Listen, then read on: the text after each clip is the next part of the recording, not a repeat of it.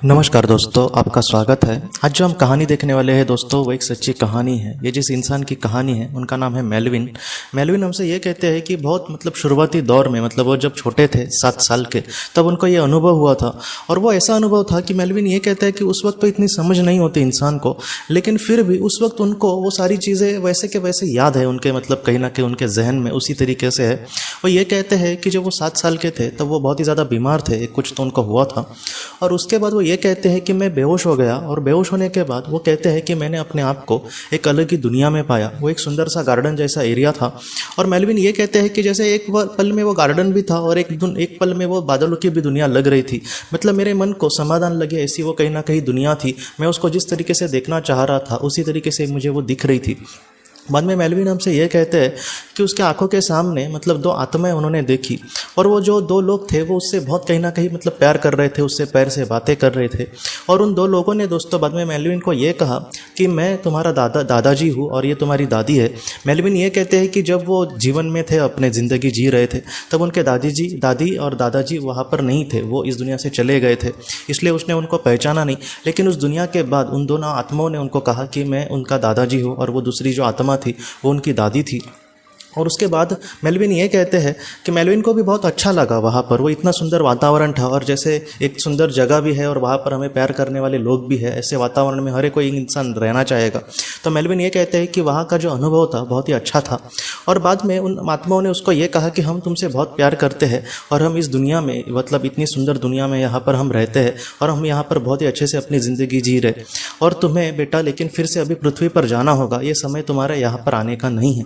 तब मेलविन ये कहते हैं कि उनकी आत्मा ने मेलविन की उनको ये कहा कि मुझे फिर से पृथ्वी पर नहीं जाना, मुझे आप यहीं पे रखना, मुझे फिर से पृथ्वी पर नहीं जाना।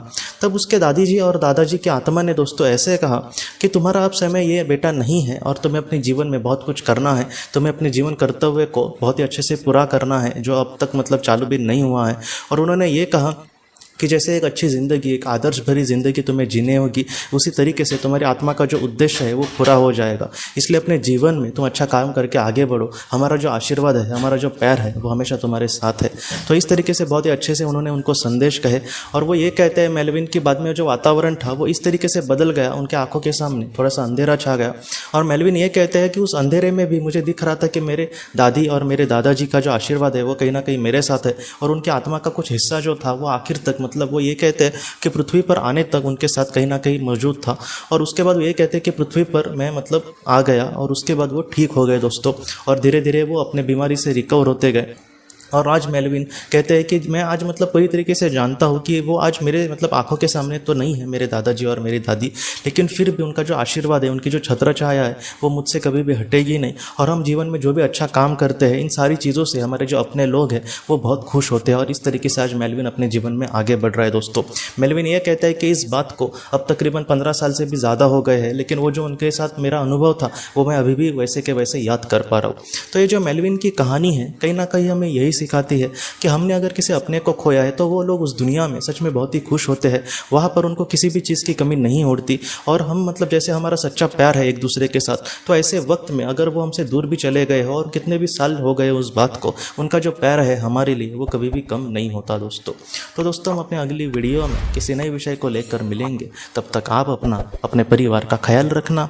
आपका बहुत बहुत धन्यवाद। ज़िंदगी की रोशनी ये एक कंसल्टेंसी है जो ऐसे लोगों को मदद करने की कोशिश करती है जिन्होंने किसी अपने को खोया है, या फिर जो लोग अपने जीवन में बहुत ही ज़्यादा दुखी है।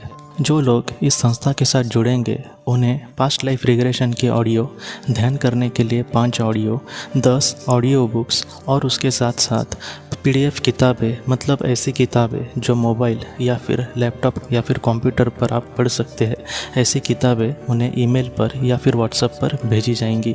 जो लोग इस संस्था के साथ जुड़ना चाहते हैं वो कृपया इस नंबर पर व्हाट्सएप मैसेज करें। आपका बहुत बहुत धन्यवाद।